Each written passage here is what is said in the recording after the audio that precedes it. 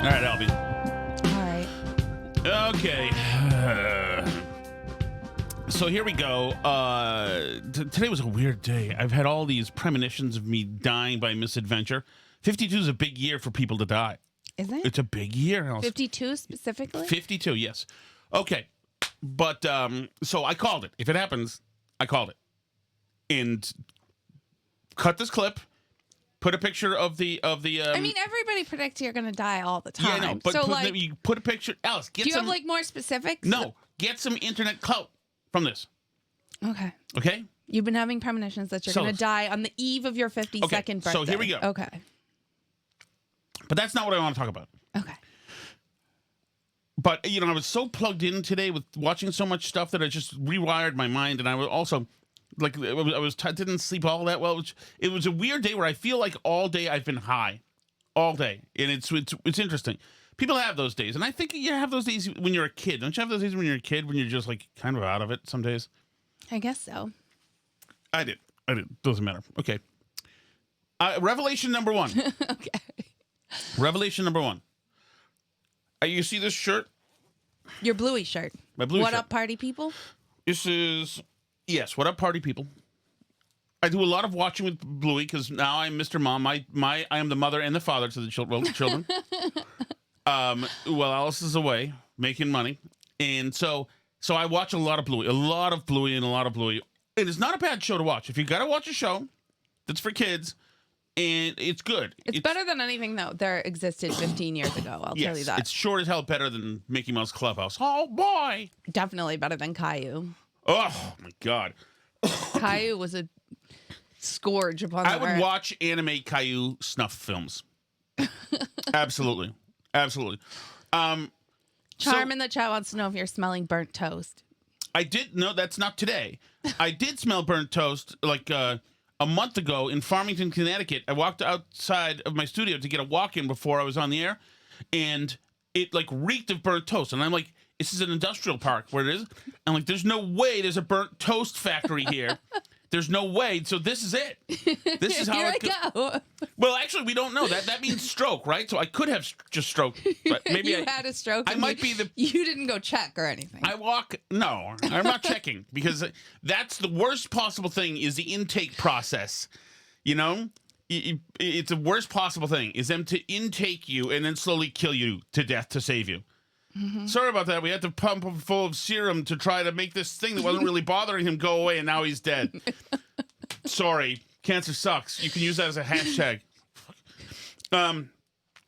So, watching Bluey today. Alice, how long have we been watching Bluey? It's a story, if you guys don't know, about an Australian family of dogs who talk. Do you realize Bluey's a girl? You did not just find that out. Yes, I did today. Bluey's a girl and Bingo is a girl also. Bluey's a girl. Bluey is a girl. I had no idea. I was freaking shocked. I've talked about this with the kids in front of you a bunch no, you of have times. Not. I couldn't believe it. I have. Everybody has had this revelation. I said to the 9-year-old and the 7-year-old, whatever he is, I said, you guys freaking realize that he's a girl? Because they said, all right, Bingo's going to dance. All right. Bluey, she's gonna dance too. I'm like, you guys, is Bluey a girl? And I'm like, yeah. What? That changes everything. That's like finding out that you don't like the show anymore? Well, it just changes everything. And then Cyril said to me, my 6-year-old said, just because the dog is blue doesn't mean he's a boy. Like, oh, of course it doesn't mean like that. I was just shocked that Bluey's a girl. And that, no, I still love the show because I don't need Bluey to be a boy or a girl. Puppies are not really anything. Right, and even grown dogs aren't anything. Like women dogs, female dogs are just as vicious as guy dogs. So there's you're like that. So this is a funny thing because do you ever notice that some people care about dog genders and some people don't? And you're a person who just doesn't care. My sister or my mom will have their dog over and you'll be like, oh, she's running around. And I'm like, it's a he. And you're like, who cares? Yeah, it doesn't, there's nothing. There's nothing. It matters to me mentally. I think of dogs as being boys or girls. I would never call Pepper he. People call Pepper he all the time and I don't say anything. It doesn't matter because it doesn't matter. He's an it, really, at the end of the No. day. He's a very fat it, as a matter of fact. She is not an it. She's a she. So- but I'm wondering if you guys, too, in the chat weigh in, because have you noticed this, that some people show zero regard for dog genders? And I married one of them. I didn't know before I married him that he was a non-dog gender affirming person. I don't see how it would shape the conversation at all. I mean, most female dogs are fixed, and most male dogs Well, are. yeah, they're fixed. Doesn't make them. So they've lost anything. But Pepper's a girl. Like, I not. just think That- of Pepper that as is a not a she. girl. I don't have, like, I don't understand Why? that. How you guys people. should try to humanize dogs. Maybe. But it's just weird to me how some people just don't seem to care about dog genders at all. And as a corollary, or maybe this is a higher principle, actually, and these are just both observations of it, but there's a whole bunch of people that don't care about baby genders, too, because babies are bald, so they just call them all he. Right.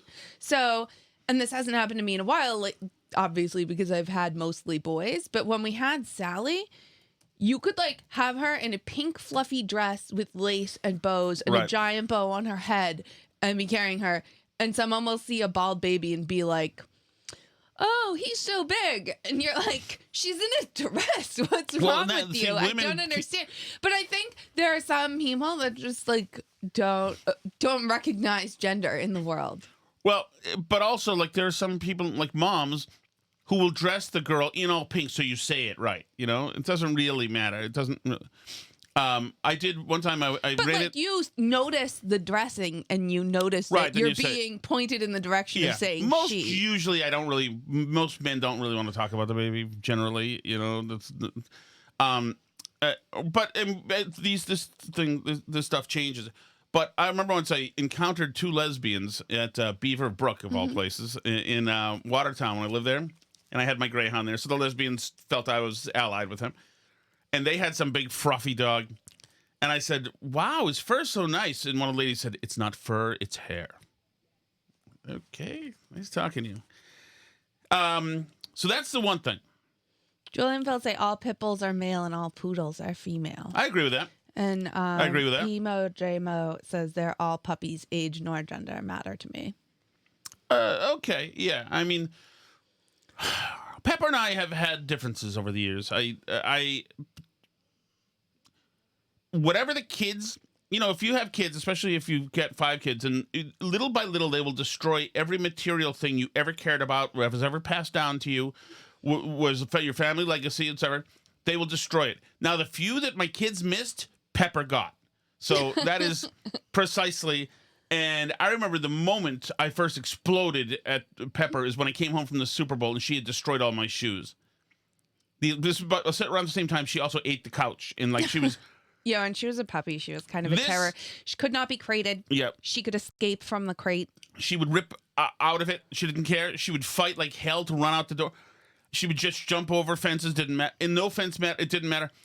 This right here, what you're seeing, this large Jersey cow that's sleeping, that's what I thought a foxhound was when we got Well, her as she a puppy. was.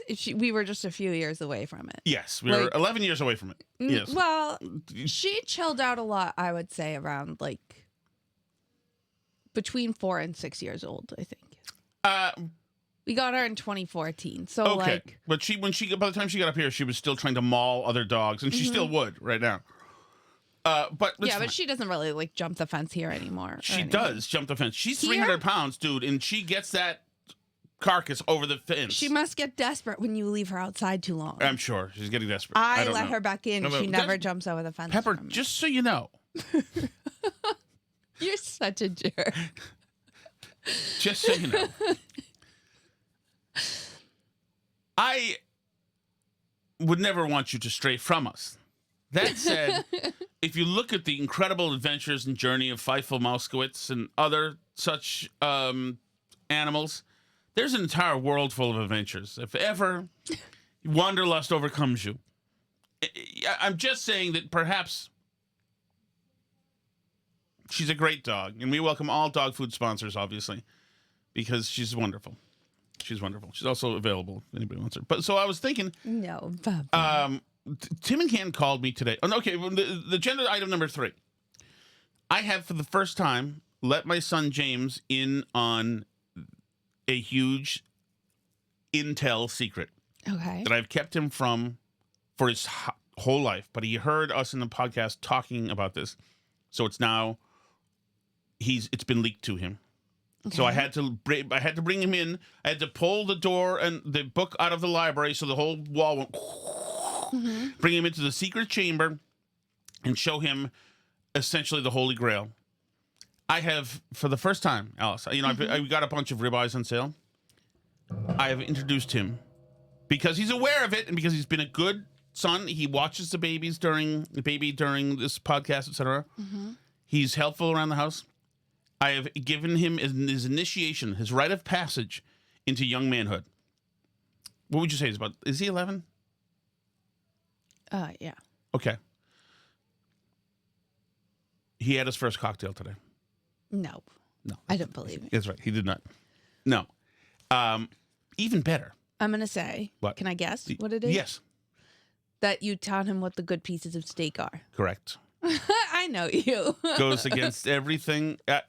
One of the handful of good things about being married to Alice is that she never. I don't like to eat the plain fat off the steak. Just is in that a I piece. get a ribeye and she wants Brazil every time, and I'm like, you poor thing, you poor blank palate thing.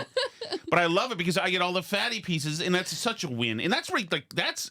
I feel we The are fact that you eating make- chunks of pure fat. That you make a good celery now.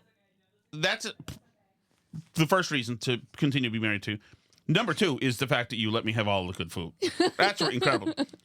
So, and when the boys sometimes I'll roast a steak in a casserole, and then I'll put it on top of the oven, and I'll just feed the boys. I'll just cut them pieces. I've been cutting them Brazil forever, so they're just all the loser pieces, and they love it because it's still seasoned, and they don't know. Steak tastes good. But I've Like got the regular Argentina part of a and steak. Chile up there for me, and Venezuela and all the fatty pieces, all the stuff that makes a ribeye are all mine. I let James in on it, and he heard it, and he's like, "Oh, and that's a good one too, isn't it?" And that's a good one. I tried to give him the outer band of just really good, but not as fatty. No, he's not buying it. So he is in. But much like Fight Club, that was his only condition, is that he could never let his brothers know, because once there are 3 of them or 4 of them going out for the steak, then I'm going to have to. We're going to have 4 steaks for dinner. Right, or I'm For just our going to have to family. drive my steak 20 miles away, or like Eaton, Rhode Island. So there you go. So that is number 3. Now, do you want to go for number 4, or do you not want to? Sure, let's hear number 4. Number 4 was Tim and Canton called in today to my radio show and mentioned. I don't know why he mentioned. Yeah, we were talking about old bands or music from the 90s, whatever. And he mentioned 2 Live Crew. Do you know what 2 Live Crew is? Nope. So 2 Live Crew is a rap group from like right around 1989, 1990. Okay. And I actually was thinking about 2 Live Crew because this morning I did a food show. There's a new food show out there. And in the food show, I played this comedian, Jonathan Panette, a local guy who had this brilliant bit about being at a Chinese food all-you-can-eat buffet. I mean, you might have heard this before. It's the guy says, "You've been here 4 hours. We're out. No, there's no more food. Please leave." But he does it in a Chinese accent, which I want to. Mm-hmm. So I thought about that. And I thought, I thought about that. You could never really. Although that bit is in the episode today. So if you want to hear the very insensitive racist bit, it's in the All You Can Eat episode. Okay. So I thought about. Do you want to hear it? Yeah. Oh no, it's all fastball cuts now. Hold on. I thought about that today. So I went to this Chinese all-you-can-eat buffet, and the owner, he got pissed. Alice Shattuck and Tom Shattuck distanced herself from this particular sketch by the late Jonathan Panette. I mean, he was rude, though. He'd come out every hour. You get it, Alice? You missed a piece of humor there. Do you get it? I get it. He's been there multiple hours. Exactly. To this Chinese all-you-can-eat buffet, and the owner, he got pissed. I mean, he was rude, though. He'd come out every hour.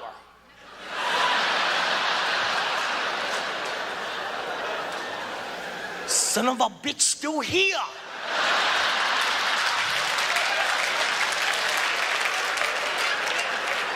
Look, he go again. He started screaming at me. You're gone now. You're here 4 hours. Why you here 4 hours? You not come here anymore. Why you have spare rib? You're so big. Eat vegetable. So anyway, when my friend who's moving back, by the way, the German guy, when he and I watched this, somehow he had a VHS tape, whatever. We watched this, and when we were about 15 or 16, it was the funniest thing that we had ever seen. It was just like incredible. We always say it to each other or whatever. So, so that got me thinking about Two Live Crew. Two Live Crew had a hit called "Me So Horny" in about 1989. Okay. And they actually got prosecuted for it because it was considered indecent. Oh. And this is in Florida in 1989 or 1990. These guys got prosecuted for it. Now, Me So Horny, From like Full Metal Jacket. you remember that? You know Yeah. that? Okay, good. Okay. So they sampled Full Metal Jacket, and that's what it was. They sampled Full Metal Jacket, and it's in there. Me love you long time. Me so horny. Me so horny. Sort of. Okay. So I'll play a little bit of it. I don't know how dirty it's gonna get. Okay, hold on.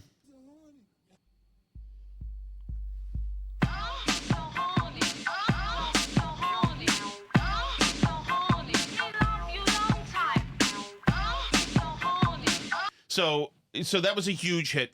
This band was always on CNN because they were always getting banned places. They were trying to prosecute them, etc. Really, for doing that, a lot of their songs were about having sex. A lot of rap music was about having sex. You know, and there was some swears, and all the stuff had to have stickers on it, etc. But Two Live Crew, Me So Horny, was you weren't allowed to have these dudes talking about this woman who wanted to have sex, saying "Me So Horny," and I thought about it like just the cultural moment that was. It was a huge thing in the late 80s. A huge thing. Okay. Because it was graphic. You know, this lady saying, "Me So Horny." And I thought, well, in 2024, the argument wouldn't be that this lady is saying, "Me so horny, me love you long time." You know, in other words, the That wouldn't be the controversy. no, the controversy wouldn't be Would that be there's the accent. Exactly. Or that is a woman, an Asian woman is being objectified. Exploited. Exploited, Yeah. exactly. Exactly. And just how different things are. And also, if you listen to like Guns N' Roses, there's some Guns N' Roses, I know a motherfucker, you. Like Guns N' Roses used to swear in some of their music. Civil War, he swore. People will know these songs. Bob Gucci only F, you know. And it's 2024. Taylor Swift swears more than anybody did, other than NWA. You know these guys. I mean, it's amazing. Like that now, it's totally acceptable. And where the cultural touch points are, and where the things would be, then I do think, though, not to get like too off on the Taylor Swift topic, but I do think that the way Taylor Swift writes swears into her music is not like a person who naturally swears a lot. I don't know. I think like her swearing I is think like it's not written like a the one person who has a lot of profanity naturally at their fingertips. I think she does swear, It and I think that sounds the way like when she says, "When you like tell a me to put go on to bleep me a myself," little. it sounds like the way it's a more sanitized version of swearing, but it's certainly swearing. It's not street swearing. No doubt about that. And also, No, but she has like, I don't know, like that's from Betty that you like Yes. that song. But she has other ones like Snow on the Beach. Sometimes it just feels like she stuck it in there to like add Right. edge to herself when she's like really not that edgy. Because like the song Snow on the Beach that has Lana Del Rey in it, the lyrics are Snow on the beach, it's weird but effing beautiful. oh yeah, like, that is a bit that's- gratuitous. Yeah, It's like, it just feels like a person trying to stick in swears to be. And like in Torture Poets Department, she's like, who's gonna hold you like me? Nobody, no effing body. okay. You know? Yeah, and I also think that she's protected because she doesn't seem like a sexual predator. Where, you know, the 2 Live Crew dudes, you know, were coming into your town and, you know, going to have their way. You know, it's the same way with Elvis and whatever. You know, this is like... Charm brings up the F the patriarchy, too. Right, there you go. She has the F the patriarchy keychain on the floor. Dummy. It's not swearing like people who swear, I don't think. I have a lot of leeway for Taylor Swift because she's a tall drink of water, blonde chick who she wears her guys well. She looks good on the arm of guys, so there's a femininity there that I like. So she can do anything she wants. She can make her next album all swear. She could she could cover 2 Live Crew's albums, as far as I'm concerned. So that was the second piece of thing. Now, I think that's it. So if you want to start the show, we can. Don't forget to mention the party. Oh, People are RSVPing to the party. Yeah. Thank you. I will go through those and reply. I've been flat out today. You have until the 9th to RSVP. That's 2 days from now. That is 2 days from now. Which, by the way, that'll be exactly, this is important, actually, January 9th, year of our Lord, 2003, was the last day Tom Shattuck what? 2003. Yes. Worked at a hotel. Incorrect. Give you a hint. It would have been on the day past my 30th birthday. Oh, smoked a cigarette. That's correct. Why was it that day? Because you wanted to smoke cigarettes on your birthday? Right, but I had one on January 9th, day after my birthday. Why was it that day? Because you'd been partying? Well, I'd been partying, but because a beautiful woman I said, I know, I quit. Yesterday was my last day. I don't smoke anymore. And she said, just don't have a fucking cigarette. And she was beautiful, and I said, okay. Oh. So there you go. Okay. So if you're coming to the party, RSVP to the party, a bunch of you have. Some people we know, some listeners who we haven't met before, who are coming to the party. Yeah, we really look forward to that. It's going to be a great party. Paul in the car RSVP'd. Oh, that's great. So here we go. Has Andy from near the Phoenix Landing RSVP'd? Is he going? Andy, let me know if you're going. Anyway. It's not at the Phoenix Landing where he wanted us to have it, but right. So I don't know if he replied yet about the other location option. Crystal Community Club, Wakefield, accessible by the commuter rail. 10 to 3. We can get in there at 9, I guess, which is when we'll start setting stuff up. Not that there's much stuff to set up. I have failed us in the t-shirt department. So far, I've gotten essentially quotes for t-shirts. What I wanted when I was at Boston Herald Radio is I just got t-shirts on trade, totally. But then again, it wasn't me who set those deals up. That was John Sapichetti. I need somebody like Sap. If I didn't invite him, I should invite him. I need somebody like Sap to work. There are people who can get on. He used to tell these t-shirt companies, what's going to happen is we're going to give you these mentions, and then you'll give us some shirts, maybe 40, 50 shirts, and you'll get the mentions, and really you'll be getting thousands of dollars worth. And he'd say it in a way that they assumed they had to do it, that it was a thing. That was the known thing. Well, and it's coming from Sapichetti, obviously, but it's coming from the Herald, which is like. Well, it's a brand, yes, it's right. It's a full company. But by the way, Sapichetti, John Sapichetti, do yourselves a favor. Don't say I said this. Google Sapichetti, Medford, FBI. And you'll get more of an insight into how a guy like Sap can be so successful in persuasion. Which, by the way, I have no problem with whatsoever. I've the Shaddocks on my mother's side, especially, have been very waste management adjacent and friendly. Oh. On my father's side, we've been very Zionist friendly and adjacent. Both having much more money than the Shaddocks ever had. Okay. We're like Let's not. Okay. Enough racism for once. It's not racism. No, I'm just saying in particular the people I'm talking about. Okay. It's not racism. What does it mean, racism? It just so happens. It's just a lot of profiling in today's This is not episode. profiling. I know these people. Okay. Oh, my goodness. All right, let's start the show. You All ready? right. All right. I don't like Mark Zuckerberg's new swerve here. I don't know not. about anything that happened today. I've been like You have missed a lot, away. Alice. Yeah. We have threatened war with Greenland, with Panama, Canada?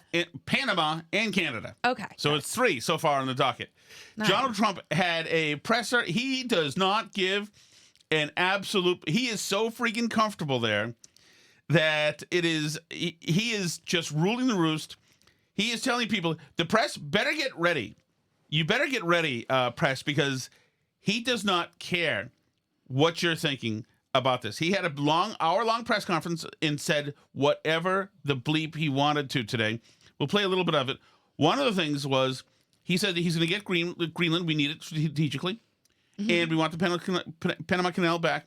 So then they say to him, sir, can you assure us that you're not going to use force, the military in any of this? Well, the guy says, can you assure the world that as you try to get control of these areas, Greenland and Panama Canal, you're not going to use military or economic force? And this is his answer. The world that as you try to get control of these areas, you are not going to use military or economic coercion? No. And can you tell us a little bit about what your plan is? The reporter, can't even, fathom that he's already said no.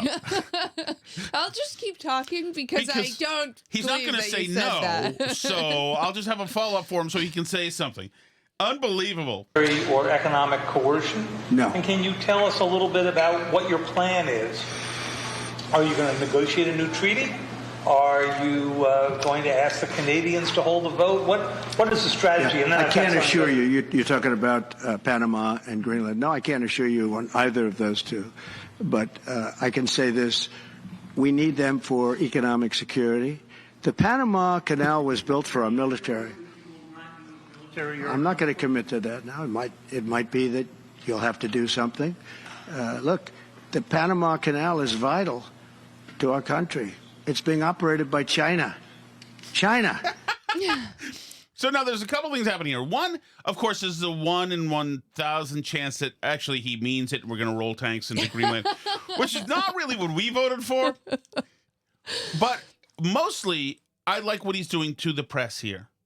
He's saying, you can do all of this is not normal. Oh, my God. He's getting it out of the way right up front. Yeah. So, if you want to go to these pressers and you think you're going to get the answer that you want to get, it ain't happening. Yeah, you're going to have to be made of sterner stuff to make it through the next 4 years. Exactly. Here's another one. You can't pass out on the fainting couch before, 2 weeks before he's sworn in. Because last time, there at some level, he cared. This time, they don't care.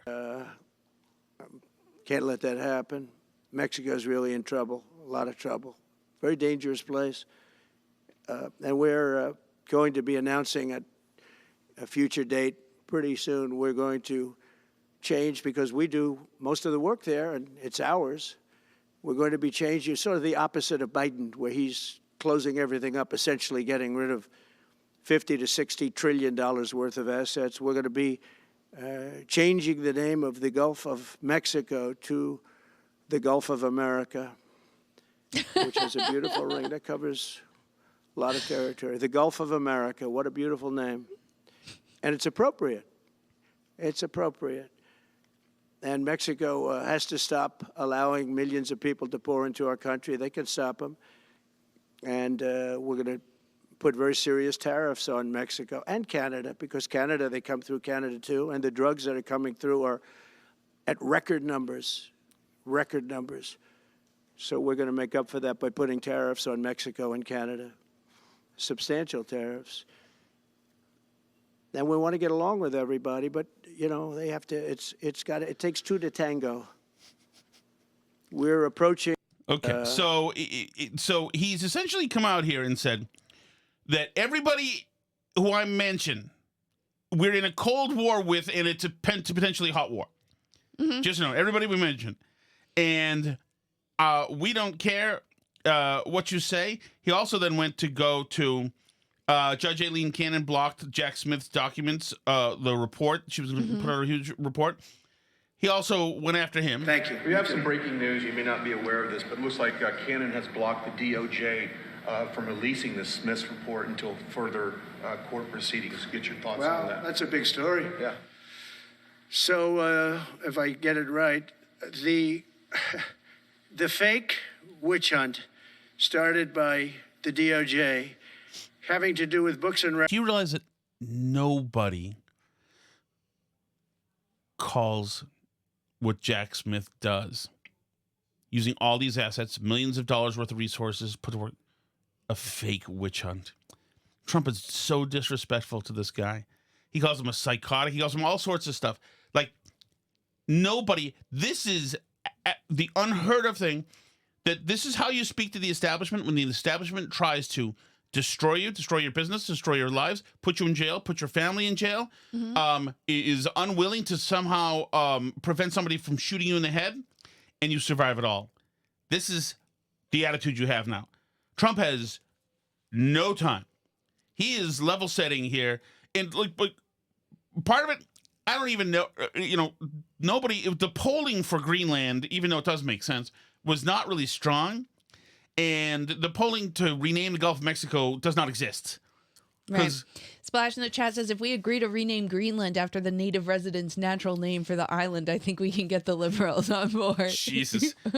Which is why I like the fact. But he's not going to rename it what the natural residents call it. He's going to want to rename it like Trump Island or something. Yes. So, okay. Patriotism land. Like, he's going to want to rename it something silly. That's going to probably catch on and be a real thing because Trump is like a walking meme machine. Right. So this is all the cuts that I have before all that are for Jake Tapper and Brian Stelter and what's his name, the short Robert Bob, whatever, from CNN. All can't believe that Elon Musk is acting like a king and going and pushing around Germany and London. Because Elon Musk has discovered the Rotterdam, all the rapes that have gone by Muslims in London, in England, and so he's bashing heads. Went after Keir Starmer, who's a dickhead, by the way.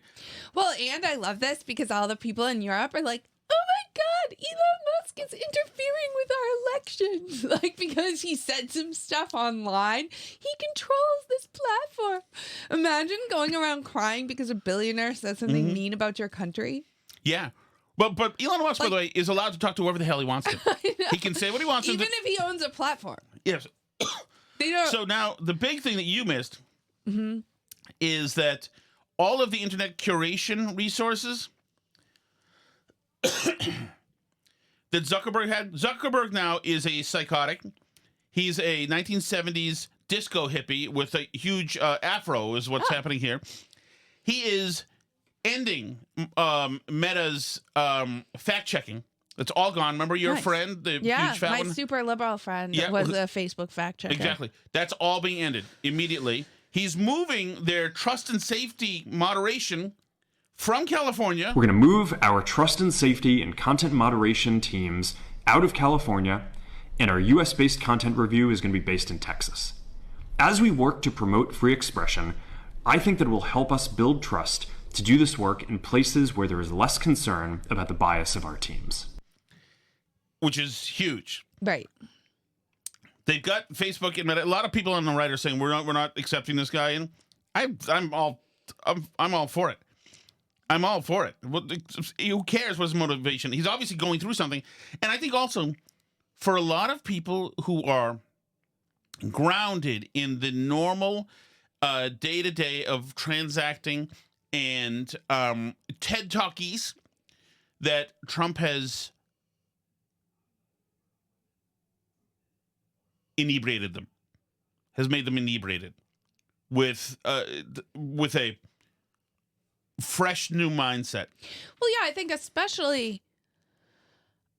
that maybe I'm naive, but I think that a lot of these like people, the Elon Musk and Jeff Bezoses and Zuckerbergs and these people were sort of, they kind of still bought the mainstream narrative back in 2016 and back you talk about like the press hyperventilating during the first Trump presidency.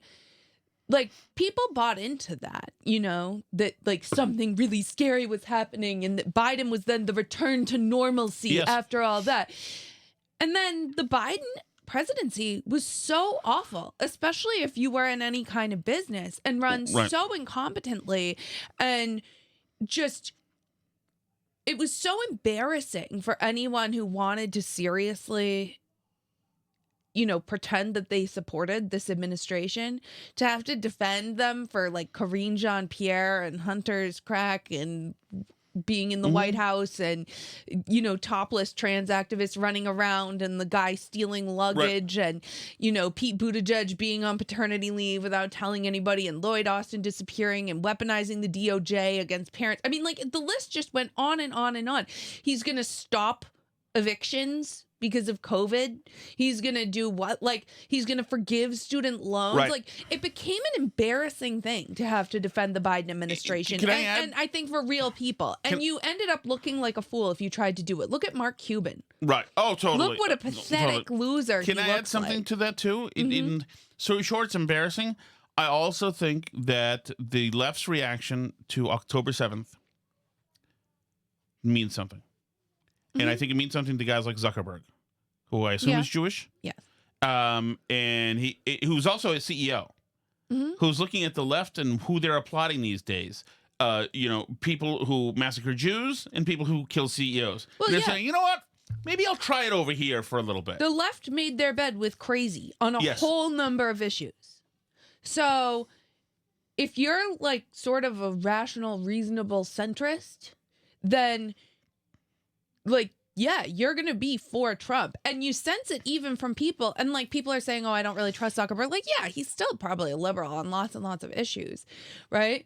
But you sense it even from people like Nate Silver, who's clearly a leftist, is open that he's a leftist. He voted for Kamala in the last election. He was very clear and open about that. And, you know, he talked realistically about like their chances of winning the election with Biden at the top of the ticket. And he was frustrated with like the total delusion on the left about stuff, the total delusion about, you know, what the polling averages meant, the total delusion about how people in the country were reacting to stuff that this administration was doing, and reacting to Tim Walz, and reacting to things Kamala Harris was doing. Like, the left has essentially said to anybody who's like a pragmatist or reasonable at all, they've said, screw you, we don't care what's pragmatic and reasonable. Screw you, we don't care about the she's for they, them, he's for us ads. Like, this is all stupid. Do you remember like when those people were trying to get Biden to drop out and they were calling them all racist and misogynist for wanting Biden to drop out? Like, just insane behavior. They are trying to push those people out of their party. You can see it. And like, I think in one of his election recaps, Nate Silver said, like, essentially, you know, I haven't left this party yet, but I could see how a few more cycles where people act like this, like I could be voting Republican just because I'm like ready to punish this party for being so insane. And absolutely. Clearly saying I'm not welcome and we don't care what you think. And it's like, how now those people aren't going to ideologically join the Republican tent on a permanent basis. Sure. But they could kill the Democratic Party for the foreseeable future if the Democratic Party continues down this path. Right. The last bit of Schadenfreude, as my friend Pundit View, Kevin Will would say, is Sonny Hostin on The View a few months or maybe weeks back said this, which is wonderful. Wait, hold on. Let Sonny get This it is after the CEO was shot. The CEO of the healthcare place was shot. in here. I mean, I agree with mostly everything that's been said. I mean, we know that, you know, only about 31% of Americans trust our healthcare system. We have a terrible healthcare system. And, you know, doctors suffer because of big corporations as well. Doctors that want to do good, like my husband, you know, operates on someone even though they don't have insurance and then has to sue health insurance companies to get paid for the work that he's been trained his whole life to do. So there are a lot of problems with it. But the notion that we aren't a violent country, which, by the way, is probably illegal. Her husband has now been named in an insurance fraud RICO case. Oh. So thanks, honey. Thanks. But there is, and we've talked about this on this show in the past, there's a total, escalation between hospitals and healthcare providers and insurance companies in terms of trying to get the most out of each other that they can because they're both trying to make money. So there's a mutually assured destruction aspect to all of this that's somewhat annoying about the way our healthcare system works. Should we do the chat, Alice? I guess we should jump to the chat. I think it's a pretty substantial chat. Right? Yes, it is. Since we spent the first 25 minutes maybe of the I should show try to see if through your agenda items. Maybe see if Chelsea Fire Hot Sauce does T-shirts too. I'm in them. Okay, so we got a lot of this. Weymouth Gate here is taking front and center. There's a lot of South Shore chat. Yes. Hi, Steve from Merrimack. Hey, Steve. Playing catch up a bunch of episodes. But, Tom, you were commenting on Cohasset in one of the episodes I listened to, and you described it as one of the nicest towns in Mass, and I definitely agree with that. It's beautiful. But Cohasset is unique in that other towns in Massachusetts, people proudly hang out the American flag, and, regardless of our differences, at least among normal people, we're proud of this country, and we love it, celebrate it. When you drive through Cohasset, Massachusetts, there's not an American flag in sight, but there are the flags of all the Ivy League schools the residents have attended. And it is pretty amusing, especially there's that beautiful tree-lined sort of main street with houses on either side set back from the road. Yes. Like every single one of them has Princeton, Dartmouth, Cornell, etc. Very nice. That's their America. Yeah. Thank you. Yeah, and that is disgusting, but I also want to be one of those. I want to be, I don't want a good college there because that's not me, but I want one of those set back, beautiful houses. Have you ever been, you and I drove through Cohasset when we first had Sally. Focus on making our house nice. Well, I understand that, but we don't live on that street. That's a street. Okay, fine. You and I have driven down there. We can make our house nicer than it is. Alice, that's not the point. We're talking about Cohasset right now. I know, but I'm just saying, and not everything has to come from a place of naked jealousy. Yes, it does. That's where everything comes from, if you haven't noticed. It is absolutely infuriating that people like Sonny Hostin will conveniently forget the name Ashley Babbitt when they try to quote-unquote educate us on January 6th. I mean, these radical left lunatics will never realize that Ashley Babbitt losing her life was the worst thing that happened that day, and not anything else that they want to try to push as their agenda. I mean, what a complete joke the people on the left continue to be. That is true. That was the most violent thing that happened. I agree. It was. Obviously, she was shot in the neck and like bled out there. It's just so odd, Steve, that the cops walked by her before that. There's a lot of odd stuff that happened that day. Well, also, I mean, and I know that this line of reasoning is way overplayed, and I'm tired of hearing myself say stupid things like this. But, like, if there were, anti-Kavanaugh protesters in the Capitol, and the Capitol Police had shot one of them in the neck and they died, that would be, like, you'd know that. Huge You'd be news. saying her name. Right. Yes. Hi, Steve from Merrimack. Hey, Steve. Tom, I know you like Jonah Goldberg. Yes. Jonah the Whale from A Bronx Tale. You don't walk with Jonah. You walk among him. Oh, Thank you. I like that. But I can't stand that. By the way, let the record show that I did a walk-on for A Bronx Tale. Read for a part for A Bronx Tale. Wow.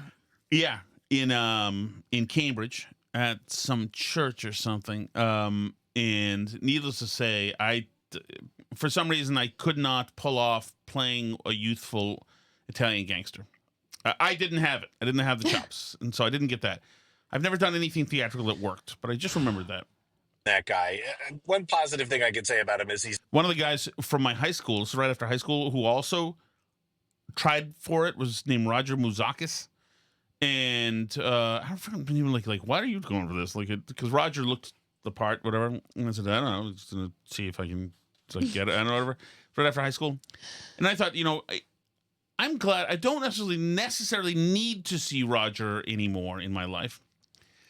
And then, freaking the worst thing, when I was toiling as a front desk receptionist, a 31-year-old male receptionist at Intercom Odyssey WRKO time. In walks record rep Roger Mouzakis. This isn't good. This isn't good. I think he made the switch in his mind to not recognize me because he thought, there's no way Tom Shattuck came out of Winchester and is now the male receptionist. But indeed I was, Alice. But then, then I ascended. Now it's been all right. Now it's just it's a storied part of onwards and upwards. Oh, absolutely. Yeah. Absolutely. You can see that from the broken machinery in the yard. the funny guy. He could be funny. Yes, correct. And but as far as his pomposity is concerned, it was on full display with that sound cut you played. Yeah, I mean, he's saying there is no deep state, there is a swamp, blah blah blah. Well, I'm sorry, Jonah, you're a smarter guy than I am probably, but didn't all the travails of the pre-Trump administration, and post-Trump administration? What wasn't that all conspiracies between agencies with the same goal in mind, is to destroy this guy's life? Exactly. I mean, I don't know what the hell he's talking about. To quote Scarface, I never like him. Thank you. That was a really bad Scarface. About as good as Tom's Trump and Obama and whatever the hell else he tries. Thank you. They call him Bad Impression Steve. But you're right. That's what Jonah did. He said, no, there's not this deep state, but yes, there are a number of people in agencies who are acting independently. Tom's TikTok career is almost over thanks to that deep state cut, too. Yeah, FYI. I got flagged and struck again. There, I'm just about done. But yeah, that's exactly what he did. So, Steve, when you say it, that doesn't exist because you're a Trump voter. When he and his ilk says it, then that is, when the dispatch people say it, then of course, and that is, but they don't call it the deep state because you do. They call it something different, something that's in Italian, that like Starbucks people talk, because they're better. They're better than you. That said, I was at this. We had a few beers with the guys from the Weekly Standard, Michael Graham and the dudes from the Weekly Standard. This is years ago. And the discourse at the table and the level of humor at the table was really tough to keep up with. They are some smart dudes. They're all now anti-Trump, all broken, but they were some smart guys. You ready, Nels? I'm ready. All right. I was born ready. Oh, no, this is wrong. This is no, it's okay. Hey, it's Andy in Cambridge, Andy. 5 minutes east of the Phoenix Landing. And I don't want to get you guys flagged by the FBI, but why is nobody talking about how Nancy Pelosi very deliberately set up the whole January 6th quote riot, end quote, to be political theater to promote her anti-Trump agenda?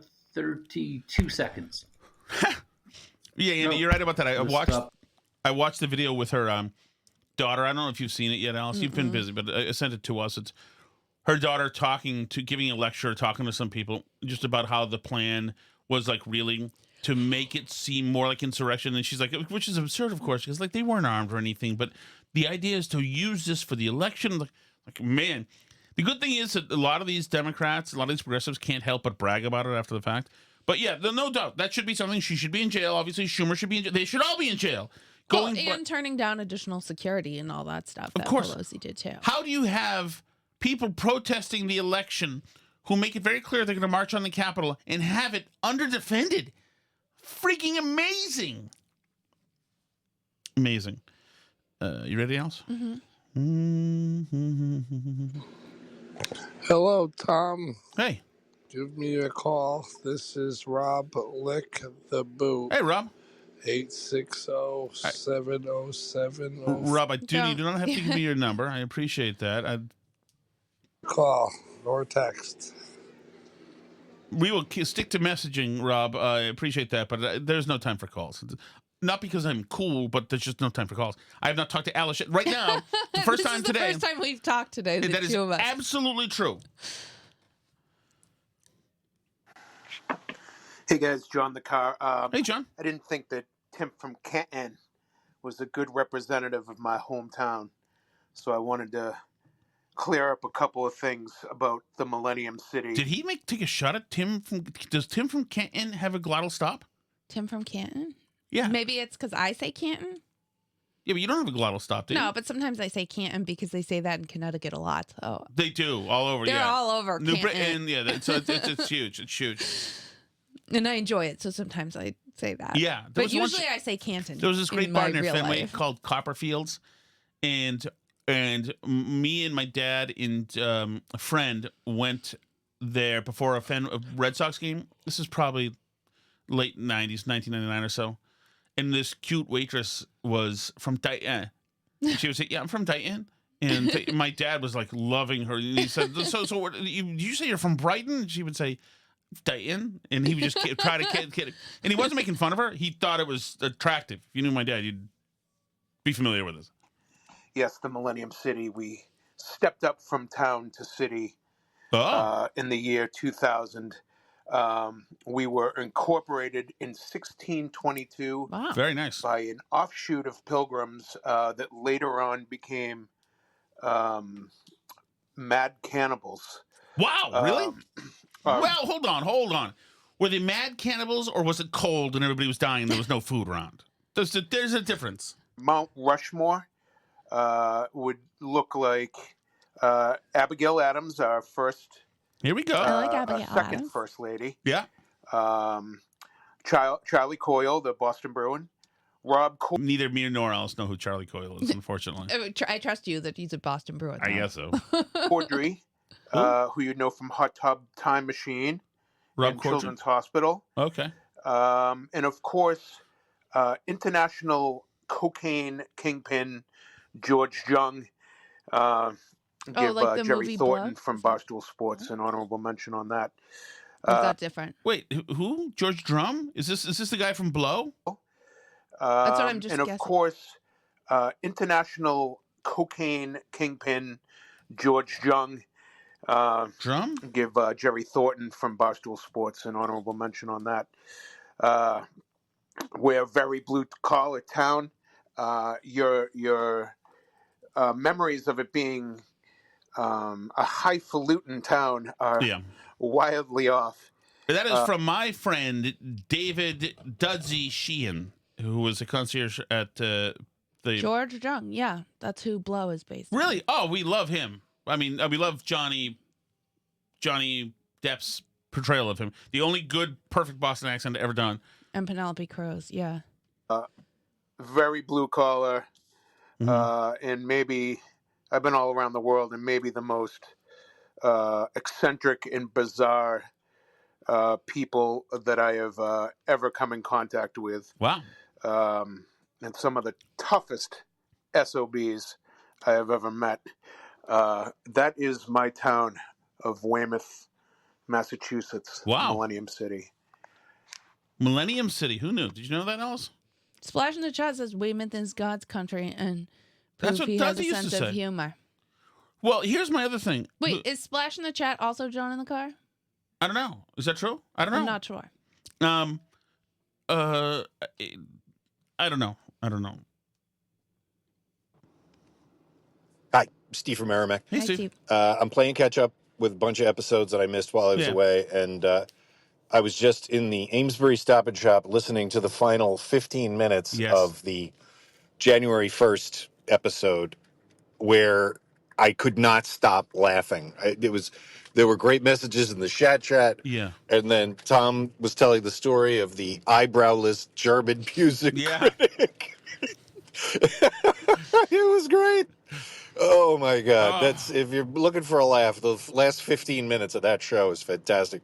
A bright finish to what was a dour episode with everything that happened on New Year's night or whatever it was. But well done, guys. You made my day. Thank you, Steve. So, Steve, unfortunately, I hate that you can't come to the party, but But Mike, who is the guy who hooked up with the German girl who cut her eyelashes and eyebrows off, Mike will be there. You may ask him questions about this lady. As a matter of fact, Mike is, you can ask, he plays into a lot of things. Mike will be there. Mike is just about to turn 50, but he looks really good. If there's any single ladies, yes, I did. Only Leonie has said yes. If there's any single ladies, Mike is single, by the way. Good-looking guy. Can we agree? Mike Giannino? Yes, Alice. By the way, I don't know feel free not to dox him if you don't mind. Oh, sorry. What do you mean? I don't look at other people, obviously, but my single friend thought he was hot, and he's divorced. Yes. So. Mike was there for the entire trip there, which included all that stuff. Mike was there for the Paul incident. Mike's been there for a lot of stuff. They call him Eyewitness Mike. So, yeah, definitely. You're going to want to meet Mike. Mike will have a good time, too. I get the feeling that he'll have a good time. Oh, right. Anything else? Hello? I'm ready. Hey, guys. John in the car again. Hey, John. Tom, regarding Weymouth, just one more thing. Yeah. The Venetian was sold a few years ago and is under new management. Oh. And unfortunately, I know this is a rough one. They no longer serve tripe. No! Not on the current menu. But the name of the old owners that I think you were looking for are the Pikas. John Pika. Yes. He owned an energy drink company. Yes, and that's ran right. the restaurant and did graphics and T-shirts. That's right. John Pika. That place was wild back in the day. I believe his uncle got whacked out behind one of the dumpsters. One year he got his knees shot out, which was big Weymouth news. And then the next year he actually got whacked in Jackson Square, Weymouth, behind a dumpster. Wow. So, I'm sorry about the tripe and about John Pika's uncle. Yeah. Thank you. Yeah, no, So Pika. Splash in the chat is not John in the car from Weymouth. They're just both from Weymouth. Yeah, John The Pika. Weymouth gang all apparently Pika was a great listens guy. to- He was. He worked when I worked for Herald Radio. They bought the station. Whatever. We had a radio feud with them, but not really. I liked him. I thought he was great. Huge into motocross. He did motocross play-by-play. It was very interesting. I don't know why I'm spending so much time on Pika, but anyway, I like him. I always like him, even when this stuff got heavy. But thank you very much for mentioning that. Yeah. That's great. That's great. All right, here we go. Ready? All right, ready. I think this is the last one, Alice. You sure you're ready? I was born ready. Here we go. Hi, Steve from Merrimack. Hey, Steve. Tom, I'm trying to imagine what was going through your head when WTIC let you know that, they had to evacuate the building because the rating book showed up. And you were on the air. Uninhibited Tom, solo on WTIC. I wonder what it sounded like. I'm imagining that the politics ran out very quickly and the good citizens of the Nutmeg State were regaled by your exploits in the 90s and your friends and the red hat and gay kissing. I like to think of it as a more corpulent version of St. Elmo's Fire. Only in this version, nobody gets laid. Nobody. How dare you? But I think a better thing would have been for you to put Alice, your sweet wife Alice, on the mic in that instance. Free reign, giving Alice free reign over the airwaves, because we know once Alice gets behind the mic solo, darkness follows.